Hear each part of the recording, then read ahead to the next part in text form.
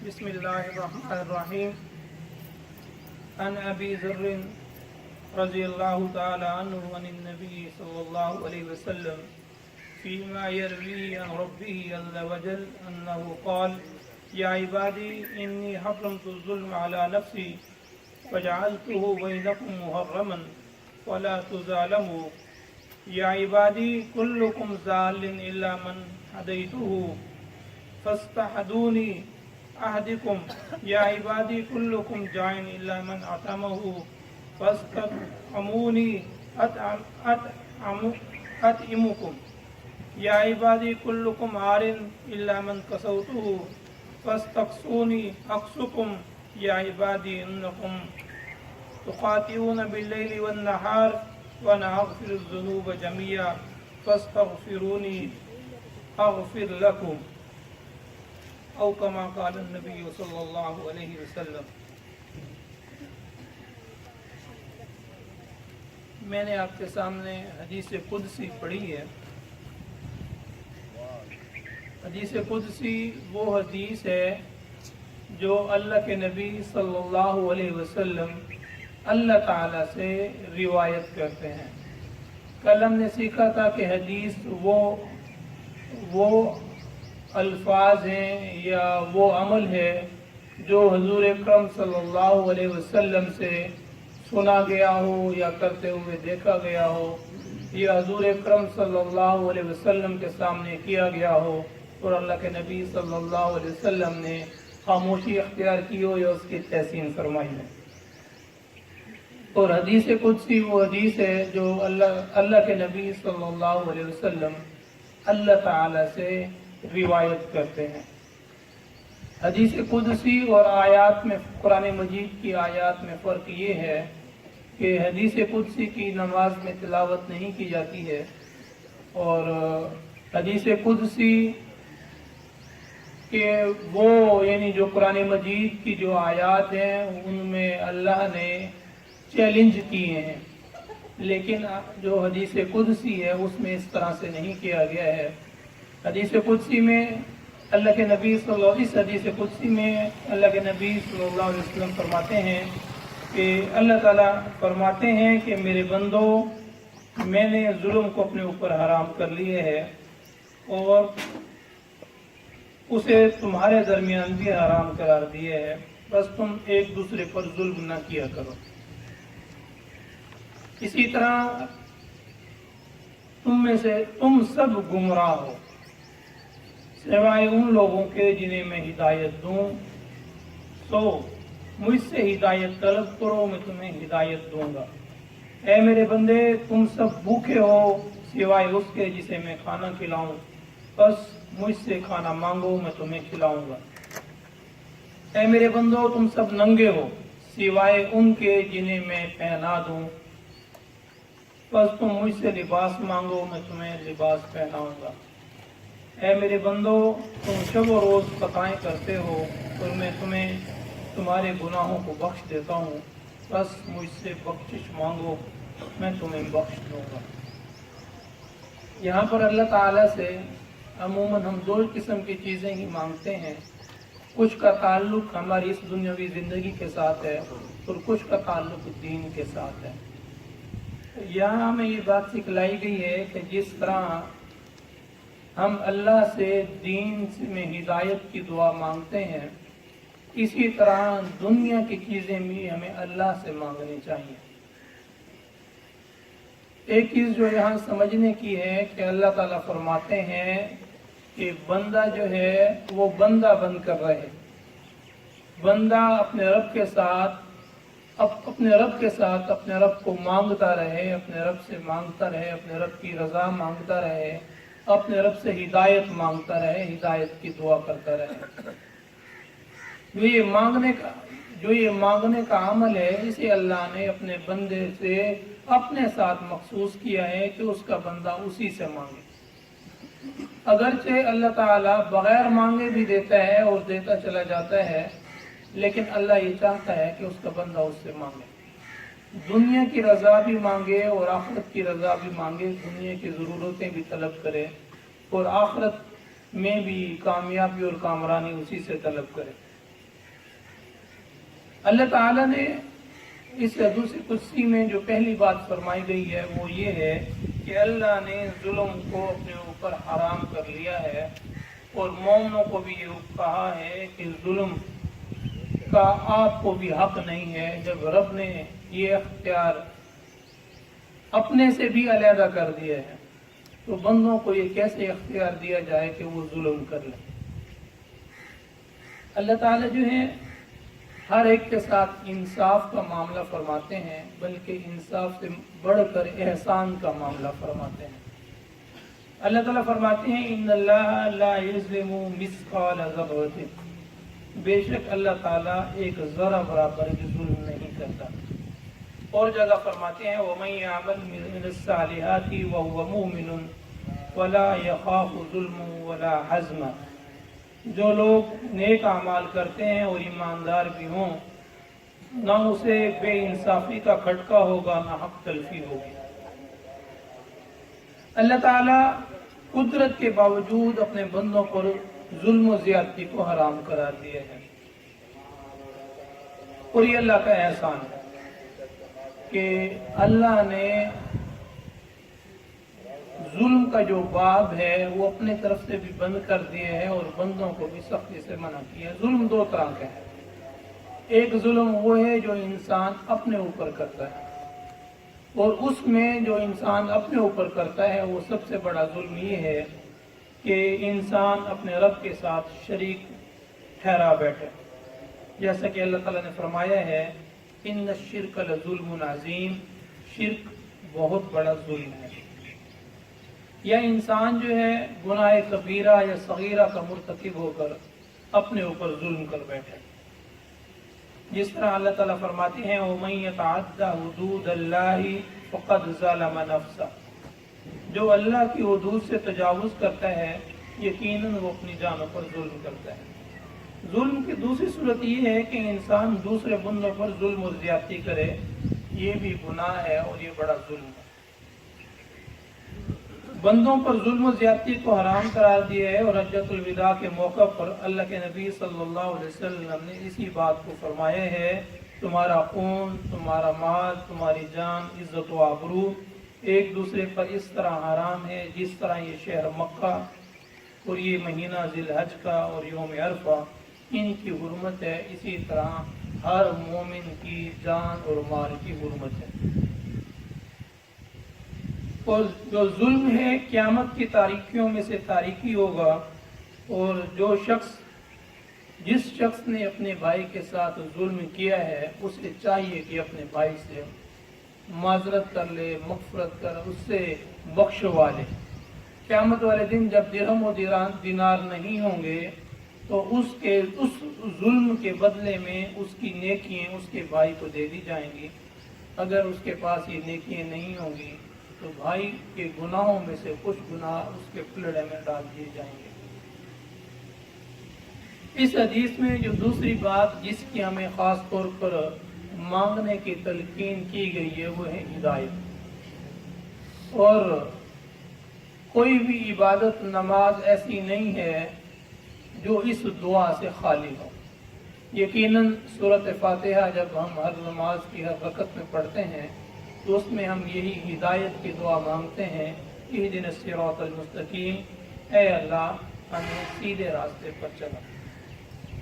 اللہ کے نبی صلی اللہ علیہ وسلم خود بھی یہ دعائیں مانگا کرتے تھے۔ اللہ کے نبی صلی اللہ علیہ وسلم رات کی دعاؤں میں ایک دعا یہ بھی مانگا کرتے تھے اللہم رب جبریل و میکال و اسرافیل فاطر السماوات والارض عالم الغیب والشہادہ انت تحکم بین عبادک فیما کانوا فیہ یختلفون اہدنی لما اختلفت فیہ من الحق باذنک انک تہدی من تشاء الی صراط مستقیم۔ صحیح مسلم نے اسے روایت فرمایا ہے کہ اے اللہ جبرائیل و میکائیل اسرافیل کے رب، آسمان اور زمین کے پیدا کرنے والے، غائب و حاضر کو جاننے والے، اپنے بندوں کے اختلافی امور میں تو فیصلہ فرماتا ہے، اختلافی امور میں تو مجھے اپنے حکم سے ہدایت کے راستہ عطا فرما، بے شک تو ہی جانتا ہے کہ صراط مستقیم کیا ہے، مجھے صراط مستقیم کی ہدایت نصیب فرما۔ اللہ کے نبی صلی اللہ علیہ وسلم یہ دعا بھی مانگا کرتے تھے، اللہم انی اسألک الہدی والتقی والعفاف والغنی، اے اللہ میں تجھ سے ہدایت کی، تقوی کی، پاک دامنی کی اور بے نیازی کی تجھ سے دعا کرتا ہوں یا تجھ سے سوال کرتا ہوں۔ حضرت طارق رضی اللہ تعالیٰ عنہ فرماتے ہیں کہ حضور اکرم صلی اللہ علیہ وسلم کے پاس جب کوئی شخص اسلام لاتا اور کلمہ پڑھتا تو اللہ کے نبی صلی اللہ علیہ وسلم اسے نماز کے بعد یہ دعا پڑھنے کی تلقین کیا کرتے تھے، اللہم اغفر لی ورحمنی واہدنی وعافنی وارزقنی، اے اللہ میری مغفرت فرما دے، مجھ پر رحم فرما، مجھے ہدایت دے، مجھے عافیت دے اور مجھے رزق عطا فرما۔ اللہ تعالیٰ فرماتے ہیں کہ جس طرح تم دین کی دعائیں بھی مجھ سے مانگتے ہو، اسی طرح دنیا کی حاجات بھی مجھے ہی سے مانگو۔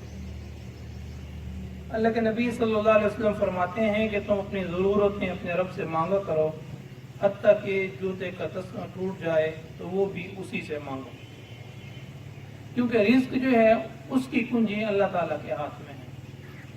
اسی لیے جب ہم اپنے رب سے مانگیں گے تو اللہ تعالیٰ ہمیں عطا فرمائے گا۔ اللہ تعالیٰ فرماتے ہیں فَابْتَغُوا عِندَ اللَّهِ الرِّزْقَ وَاعْبُدُوهُ، تم اللہ ہی سے رزق طلب کیا کرو اور اسی سے دعا مانگا کرو۔ جب بندہ مومن کو تنگ دستی کا سامنا ہوتا ہے یا وہ فقر و محتاجی میں گر جاتا ہے، اسے اپنی امیدیں اپنے رب سے وابستہ رکھنی چاہیے، اپنے رب سے اپنا تعلق بڑھانا چاہیے۔ اس تعلق کے نتیجے میں اللہ تعالیٰ اس کی ضرورتوں کو پورا فرما لیتے ہیں۔ یہ اگرچہ اللہ کا فضل ہے کہ اللہ تعالیٰ بغیر مانگے بھی دیتا ہے، لیکن کیونکہ اللہ تعالیٰ یہ پسند کرتا ہے کہ بندہ اس سے مانگے۔ اللہ کے نبی صلی اللہ علیہ وسلم فرماتے ہیں کہ اس ذات کی قسم جس کے ہاتھ میں میری جان ہے، اگر تم گناہ نہ کرو اور اللہ تعالیٰ تم کو ختم کر کے ایسی قوم لے آئے گا جو گناہ کریں گے اور اپنے رب سے مغفرت کے طالب بھی ہوں گے، اور اللہ تعالیٰ ان کی بخشش فرمائے گا۔ یہاں جو بات سمجھنے کی ہے وہ یہ ہے کہ انسان خود کفیل نہیں ہے، اور اسے یہ تصور بھی نہیں کرنا چاہیے کہ وہ خود کفیل ہو گیا ہے۔ انسان پیدائش سے لے کر مرتے دم تک اپنے رب کا محتاج ہے، اور اس پر یہ کیفیت طاری رہنی چاہیے کہ وہ محتاج ہے، اپنے رب سے ہدایت کا محتاج ہے اور اپنی ضرورتوں کے لیے بھی اپنے رب کا محتاج ہے۔ جب وہ اپنے رب کا محتاج بن کر رہتا ہے تو اللہ تعالیٰ اسے اطمینان اور سکینت عطا فرماتے ہیں۔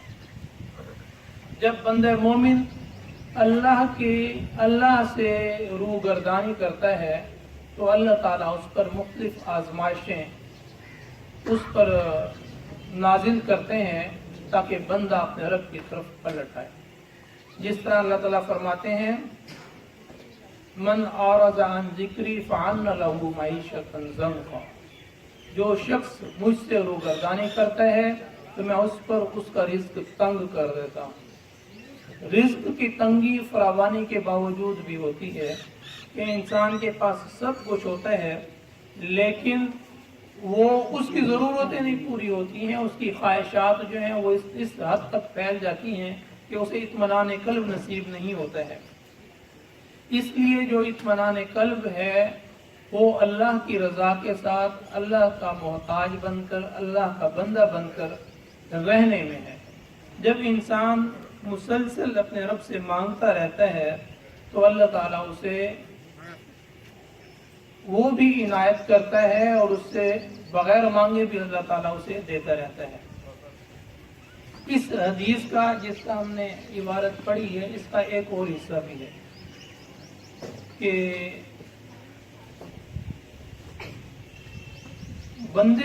بندے جو ہیں وہ اپنے رب سے بے نیاز نہیں ہیں، لیکن اللہ تعالیٰ اپنے بندوں سے بے نیاز ہے۔ اللہ تعالیٰ فرماتے ہیں کہ اگر روئے زمین کے تمام جن اور انسان مل کر ایک متقی آدمی کے دل کی طرح ہو جائیں تو یہ سب مل کر بھی اللہ کی سلطنت میں نہ کسی عظمت کا اضافہ کر سکتے ہیں نہ اسے بڑھا سکتے ہیں۔ اسی طرح کائنات کے سارے جن و انس مل کر سب باغی ہو جائیں اور اللہ کی نافرمانی پر تل جائیں تو تب بھی اللہ کی عظمت میں بھی کوئی فرق نہیں آئے گا، نہ ہی اللہ کی سلطنت میں کوئی کمی آئے گی۔ اسی طرح جن و انس مل کر تمام مخلوقات اللہ سے ایک وقت میں مانگنا شروع کر دیں تب بھی اللہ تعالیٰ فرماتے ہیں میں سب کی ضرورتیں پوری کروں گا اور میرے خزانے میں کوئی کمی نہیں آئے گی۔ حتیٰ کہ اس کی جو مثال دی گئی ہے وہ یہ ہے کہ اگر کسی سمندر میں سوئی ڈبو کر نکال دی جائے اور جتنا اس پر پانی لگ جاتا ہے، حتیٰ کہ اتنا بھی اللہ کے جو خزانے ہیں ان میں کمی نہیں آئے گی۔ لہذا مانگنا اسی سے اچھا لگتا ہے جو دینے کے لیے تیار ہے۔ ہم تو مائل بکرم ہیں، کوئی سائل ہی نہیں۔ اللہ تعالیٰ کہتے ہیں کہ مانگو میں تمہیں دوں گا۔ ہم ان سے مانگتے ہیں جن کے پاس خود ہی نہیں ہے۔